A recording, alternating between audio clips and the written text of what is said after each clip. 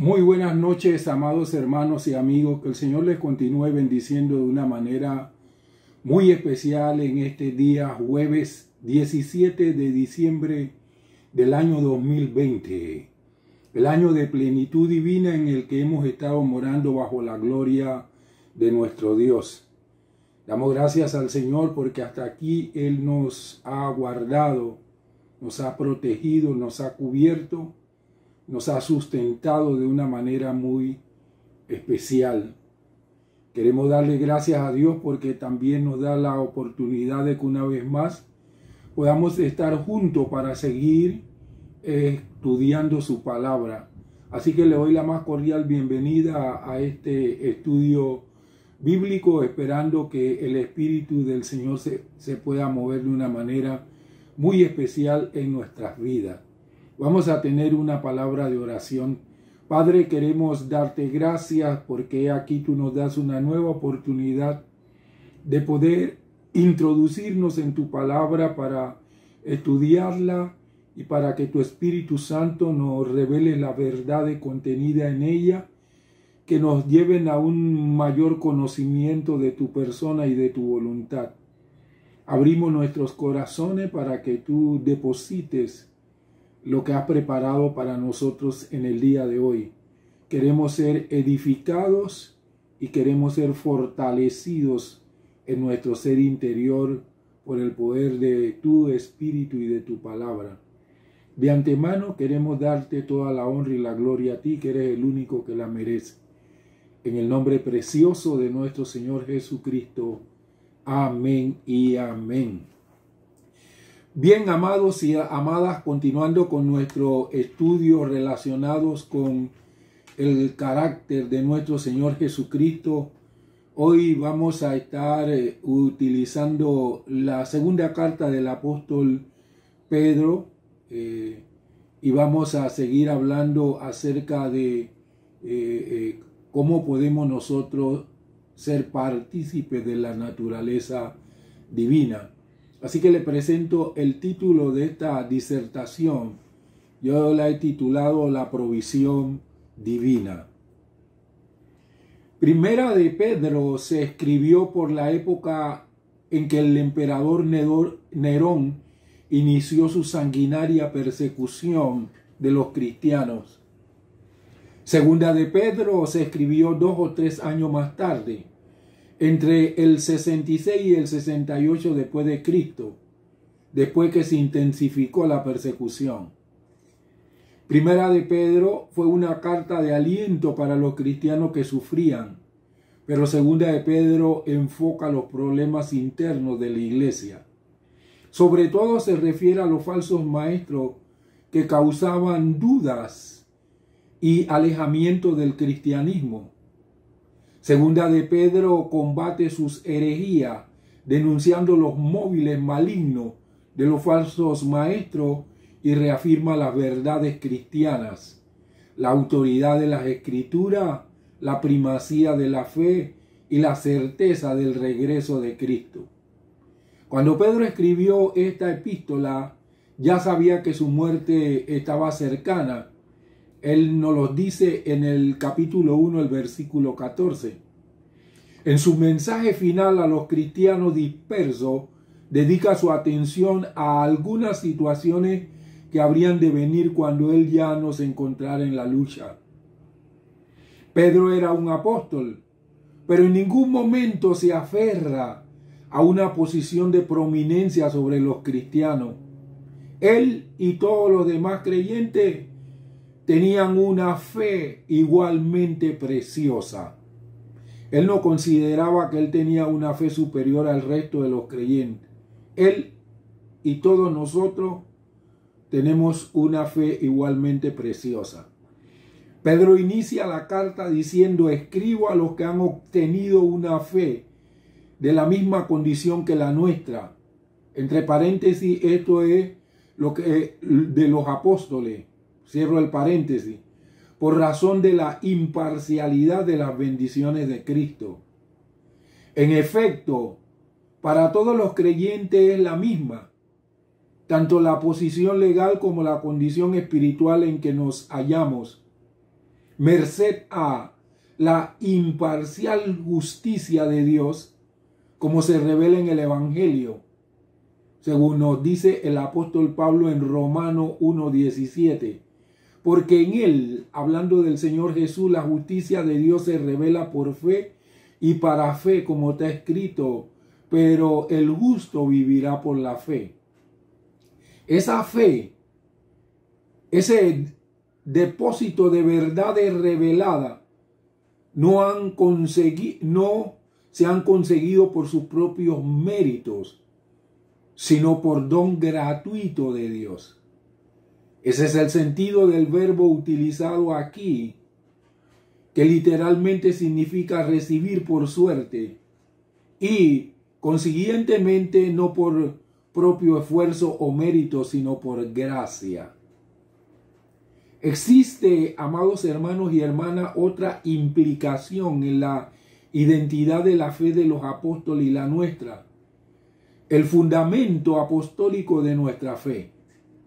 La fe es tan preciosa en el cristiano particular y en el apóstol que produce los mismos valiosos efectos en el uno y en el otro.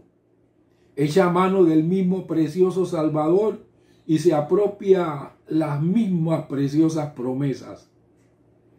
Esa gracia que Dios nos ha dispensado y por lo que somos salvos mediante la fe, tiene su origen en la justicia de Dios y de Jesucristo, según el verso 1b que ahora después vamos a leer, según la explica también el apóstol Pablo en Romanos capítulo 3, verso del 21 al 26, donde la palabra del Señor dice de la siguiente manera: pero ahora, aparte de la ley, se ha manifestado la justicia de Dios, atestiguada por la ley y los profetas.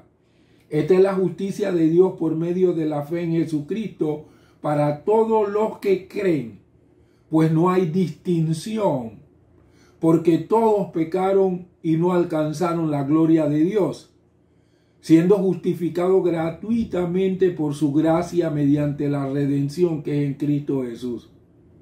Como demostración de su justicia, Dios lo ha puesto a Él, o sea, a Cristo, como expiación por la fe en su sangre, a causa del perdón de los pecados pasados, en la paciencia de Dios, con el propósito de manifestar su justicia en el tiempo presente, para que Él, o sea, Jesús, sea justo y a la vez justificador del que tiene fe en Jesús.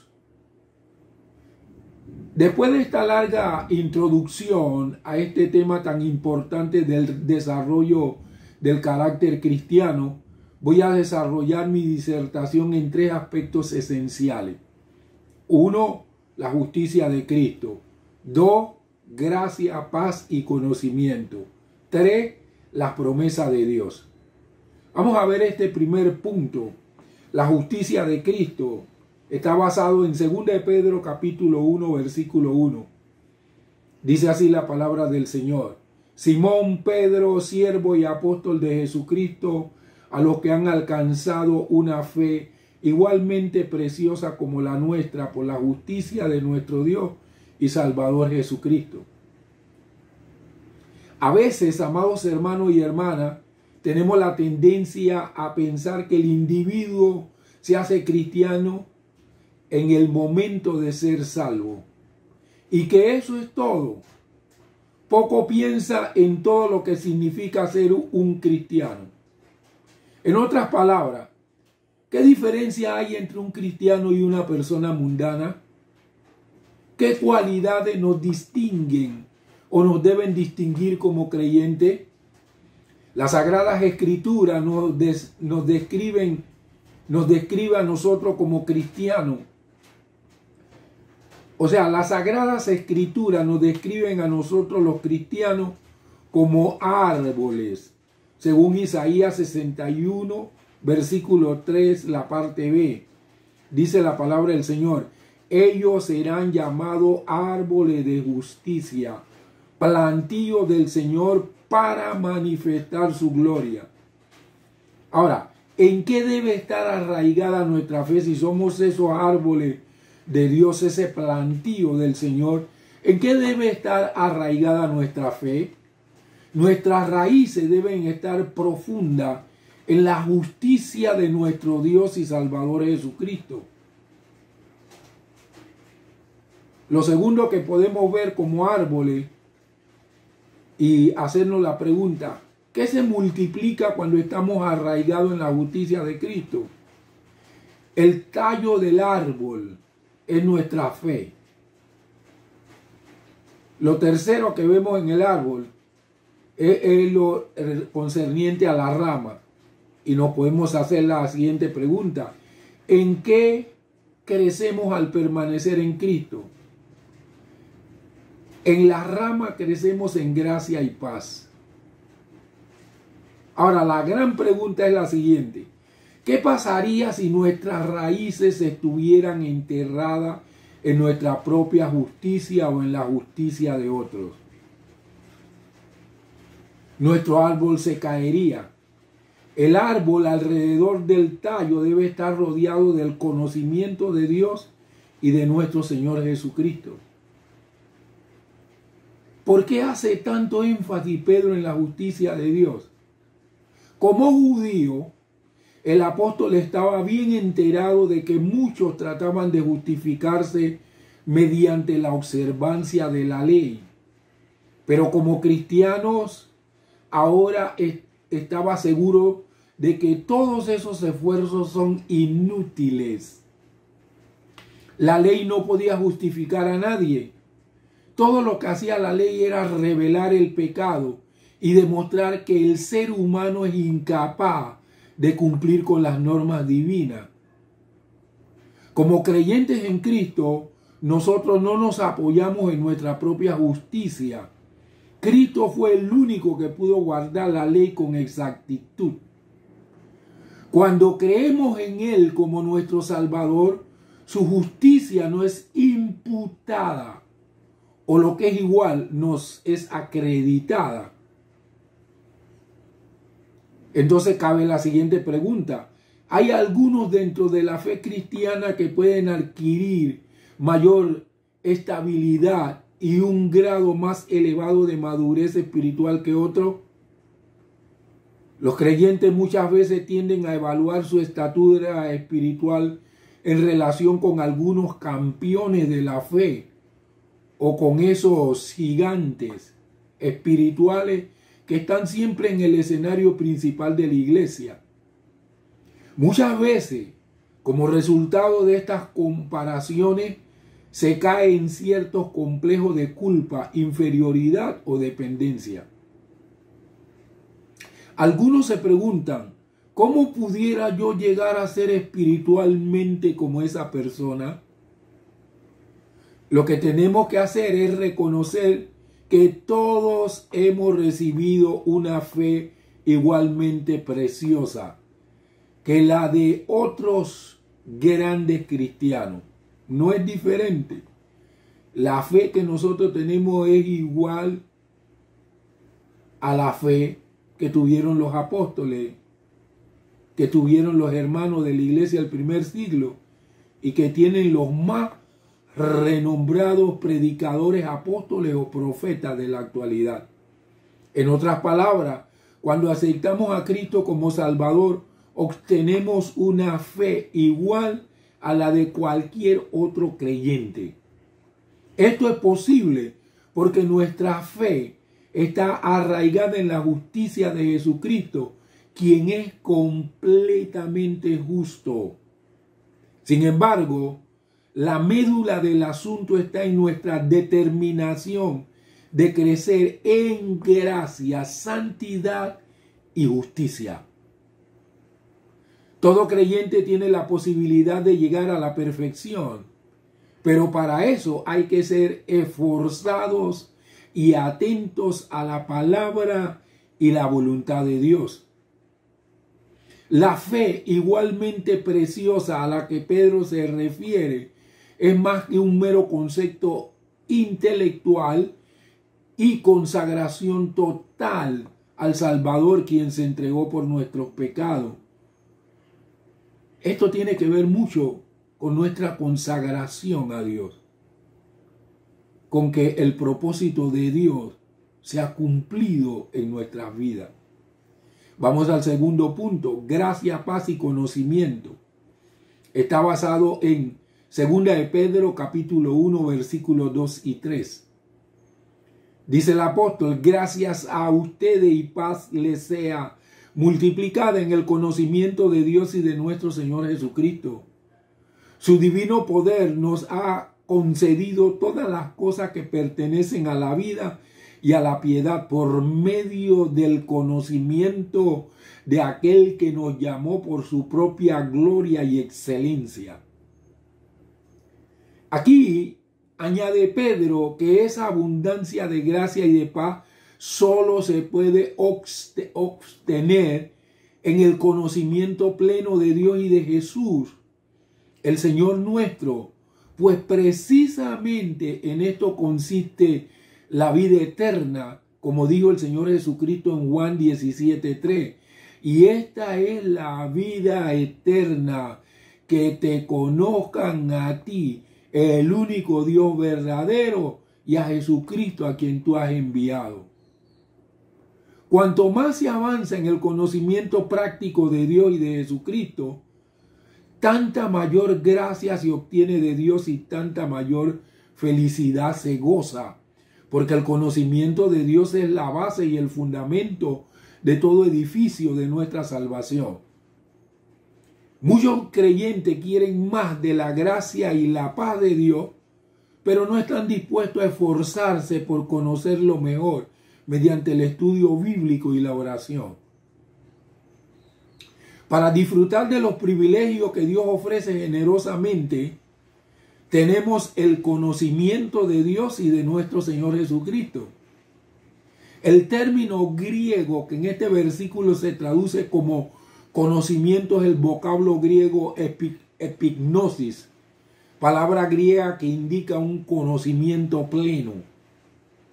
Esto se debe a que la presencia de la proposición griega epi, que significa sobre, intensifica el sentido del vocablo griego gnosis, el cual se refiere al conocimiento en general. Entonces, conocimiento en general, gnosis, con la proposición griega sobre, entonces es conocimiento sobre conocimiento, sería sobre conocimiento. De acuerdo con esto, el conocimiento de Dios que debe tener el cristiano debe ser profundo. Es decir, que no debe quedarse en la superficie. ¿Qué conexión existe entre la gracia, la paz y el conocimiento? La gracia es el favor inmerecido de Dios.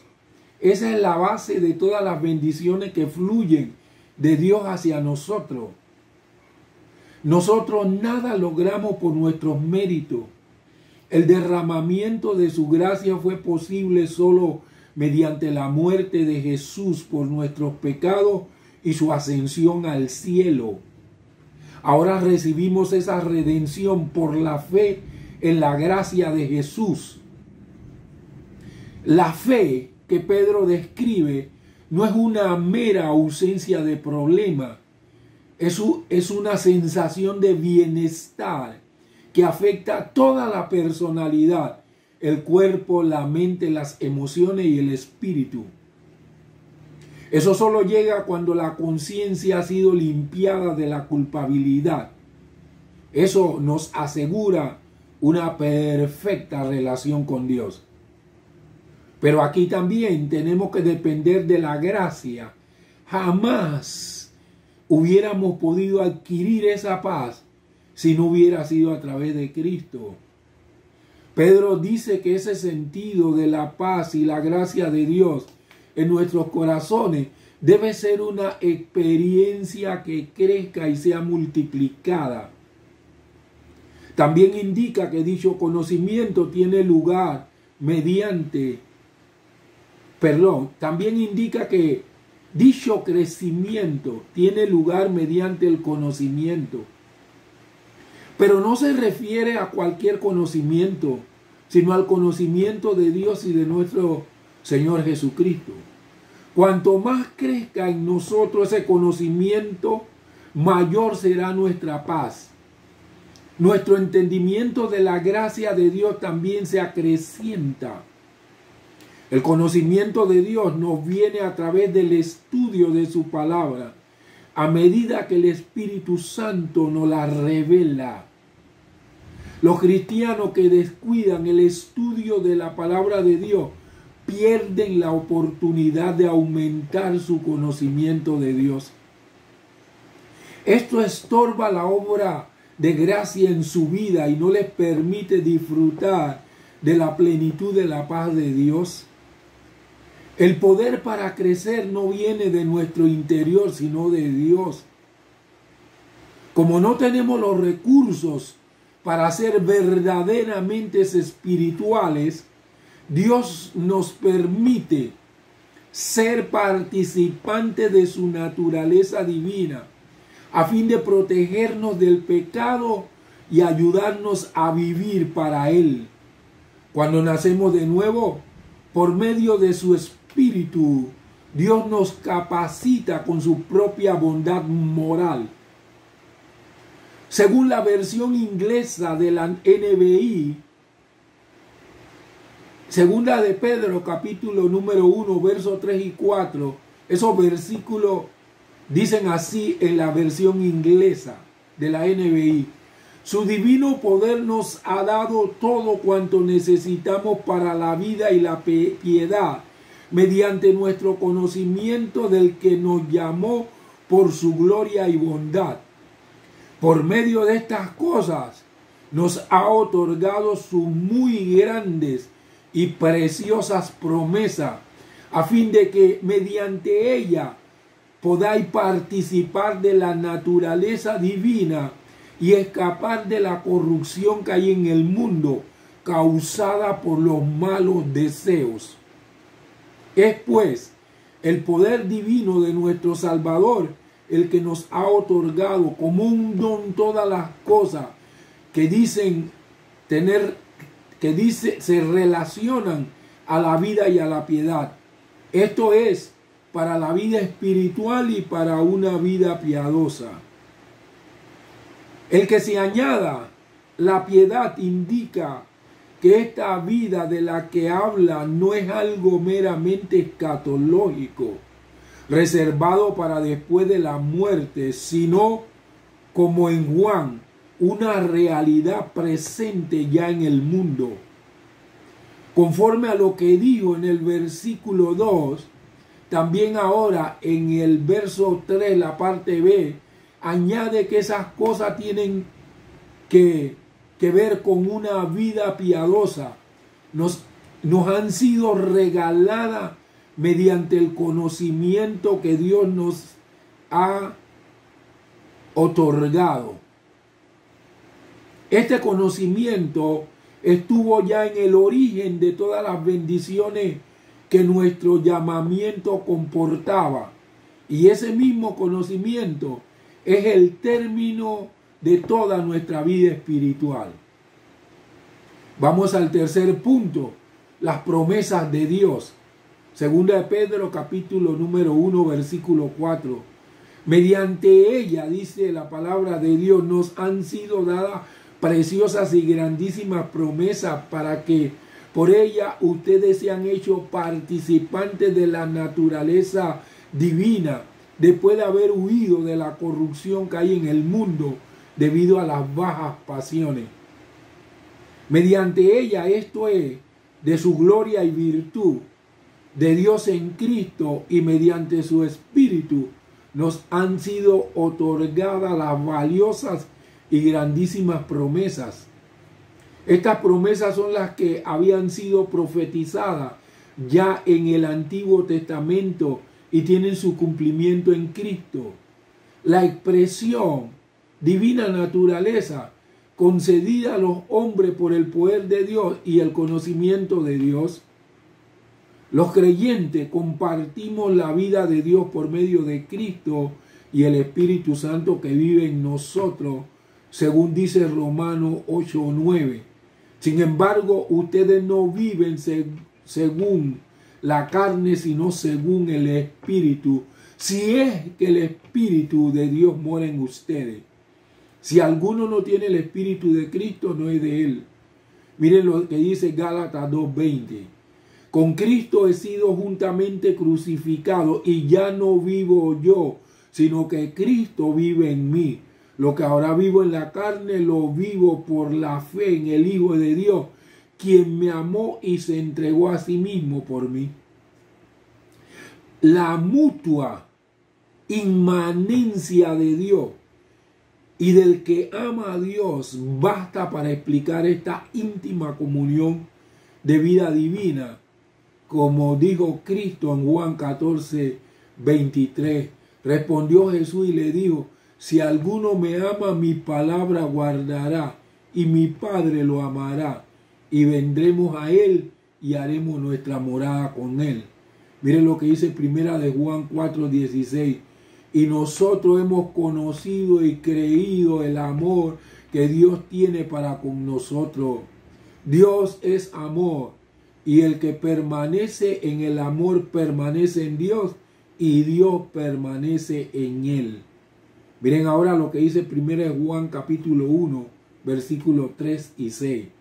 Lo que hemos visto y oído lo anunciamos también a ustedes, para que ustedes también tengan comunión con nosotros. Y nuestra comunión es con el Padre y con su Hijo Jesucristo. Versículo 6. Si decimos que tenemos comunión con Él y andamos en tiniebla, mentimos y no practicamos la verdad. Amados hermanos y hermanas, para evitar confusiones, notemos que Pedro no dice que Dios comparte con nosotros su esencia, sino la naturaleza divina. Compartir la esencia de Dios equivaldría a poseer los atributos trascendentes que hacen de Dios el ser absoluto y necesario, totalmente otro. La infinitud en todos sus aspectos de perfección absoluta, eternidad, inmensidad, omnipotencia, etc. En cambio, compartir la naturaleza significa poseer la vida de Dios como fuente, no de sus atributos incomunicables, sino de su conducta imitable, su modo de pensar, su modo de amar y su modo de obrar. Es precisamente después de mencionar el amor compasivo de Dios, cuando dice Pablo en Efesios 5:1, por lo tanto, sed imitadores de Dios como hijos amados. Hay algo maravilloso. Dios es feliz por su conocimiento sin límite, por su amor sin frontera y por su poderosa voluntad para llevar a efecto sus amorosos designios. Y esa es la felicidad que ha tenido a bien compartir con los hombres en un arranque inefable de amor abismal, como dice Juan 3:16, porque de tal manera amó Dios al mundo que ha dado a su Hijo unigénito para que todo aquel que en él cree no se pierda. Con el que se ha comprometido, Dios se ha comprometido con ese amor en una aventura realmente romántica, a sufrir con lo suyo y a morir por los ajenos, como dice Isaías 63:9. En toda la angustia de ellos, él fue angustiado y el ángel de su presencia lo salvó. En su amor y su compasión los redimió, los alzó y los llevó todos los días de la antigüedad. Miren lo que dice Romanos 5, del 5 al 10. Y la esperanza no acarrea vergüenza, porque el amor de Dios ha sido derramado en nuestros corazones por el Espíritu Santo que nos ha sido dado. Porque aun siendo nosotros débiles, a su tiempo Cristo murió por los impíos. Difícilmente muere alguno por un justo. Con todo, podría ser que alguno osara morir por el bueno. Pero Dios demuestra su amor para con nosotros en que, siendo aún pecadores, Cristo murió por nosotros. Luego, siendo ya justificado por su sangre, ¿cuánto más por medio de él seremos salvos de la ira? Porque si cuando éramos enemigos fuimos reconciliados con Dios por la muerte de su Hijo, ¿cuánto más ya reconciliados seremos salvos por su vida? Esta comunión con Dios, al compartir su bendita naturaleza, nos honra en el mayor privilegio que pueda darse en su ser creado, pero al mismo tiempo nos impone una tremenda responsabilidad. Con solo nuestro andar se debería poder decir de todo hijo de Dios, en todo su porte se echa de ver de quién es hijo. Actúa a lo divino, como actuaba Jesús, el Hijo de Dios. Miren lo que dice Juan 14:9. Jesús le dijo: tanto tiempo he estado con ustedes, Felipe, y no me has conocido. El que me ha visto a mí, ha visto al Padre. ¿Cómo pues dices tú, muéstranos al Padre? Debemos nosotros reconocer como cristianos que nuestra dignidad por haber sido hechos partícipes de la divina naturaleza, por lo que no debemos, amados hermanos y hermanas, volver a una conducta indigna, a la vileza de la condición anterior. La declaración de Pedro sobre el poder de Dios es bastante amplia. Ese poder provee todo lo necesario para vivir una vida de santidad. Pedro recuerda a sus lectores que el llamado de Dios es más que una liberación de la ira. Incluye la participación de su gloria y su virtud, o sea, su gloria y excelencia. ¿En qué sentido huyen los creyentes de la corrupción que hay en el mundo? Físicamente, todavía estamos en este mundo. Estaremos aquí hasta que el Señor nos llame mediante el rapto o la muerte. Pero en el sentido espiritual, ya no somos del mundo. Ya no tomamos parte de sus ideales, motivos y estilo de vida. El mundo ya no ejerce su influencia sobre nosotros cuando estamos unidos al Señor Jesús. El mundo ya no ejerce su influencia sobre nosotros cuando estamos perfectamente unidos al Señor Jesucristo. Ya no nos atraen sus encantos. Cuando hicimos a Jesús Señor de nuestra vida, Satanás perdió el control sobre nosotros y no podemos volver atrás para que Él vuelva a tomar control de nosotros. Mediante el influjo del Espíritu Santo, vencemos las obras de la carne para que escapemos de la corrupción y la decadencia moral que ella produce. Amados hermanos y hermanas, sigamos pues viviendo bajo la naturaleza divina para que proyectemos la imagen de Cristo aquí en la tierra, así como Cristo proyectó la imagen del Padre eterno en la tierra. Concluyo diciéndole lo siguiente: vivamos como reyes y sacerdotes para Dios, nuestro Padre Celestial. Qué maravilloso es que Dios comparte su naturaleza con nosotros. O sea, Dios quiere que nosotros tengamos el mismo estilo de vida que tuvo nuestro Señor Jesucristo. Jesús es nuestro modelo. Fuimos creados para imitar a Dios. El hombre, mientras Cristo no había venido, no podía imitar a Dios. No tenía un modelo visible, pero Dios el Padre envió a su Hijo como un modelo visible para que nosotros lo podamos imitar. ¿Cuál es el deseo de tu corazón? El deseo de tu corazón es el predicar. El deseo de tu corazón es el enseñar. El deseo de tu corazón es llegar a ocupar una posición dentro de la iglesia. El deseo de tu corazón es llegar a ser conocido en todas partes.